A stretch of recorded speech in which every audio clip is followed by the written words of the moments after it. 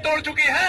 1 जून की कुर्सी की आखिरी पाई बची हुई है। इस आंदोलन के माध्यम से हम उसको तोड़ देंगे और हम जब उस पाई को तोड़ेंगे इस आंदोलन के माध्यम से और वह सरकार नाक के बल धरातल पर गिरेगी तो उसे धरातल की समस्याओं से दो चार होना पड़ेगा। तब वह जूझेगी। उन सरकार के मंत्रियों के बच्चे परीक्षाओं से जूझेंगे, तब समझ आएगा उन्हें कि यह सरकार, यह राज्य किन स्थितियों में पल रहा है। आप कह रहे हैं कि 3 पन्ने बाहर आए हैं, पेपर लीक नहीं हुआ है। हम सबके बीच में से कई विद्यार्थी बैठे हैं जो 0.05 से बाहर हुए हैं। अगर उन्हें एक प्रश्न मिल जाए तो अंदर चले जाए।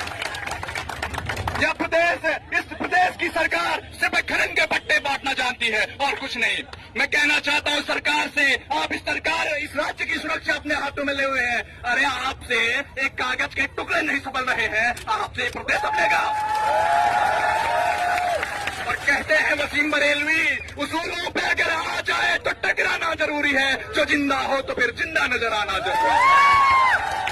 गिरीश तिवारी गिरता भी कहते हैं, अर्जुन ते कृष्ण कुछ रणभूमि में सरदुनी तो रणबे का बचूं लो, हम लड़ते रया बुलू, हम लड़ते रो लो। हम लड़ेंगे और आखिरी दम तक लड़ेंगे।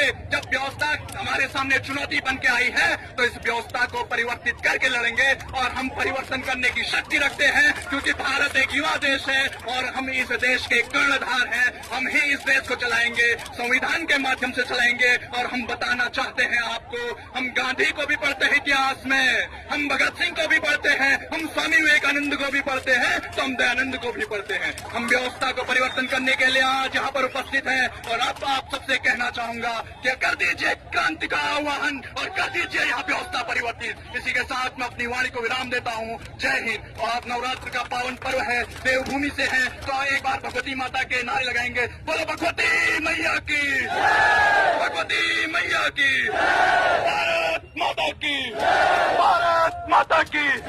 इनकलाब, इनकलाब, इनकलाब। धन्यवाद। बहुत बहुत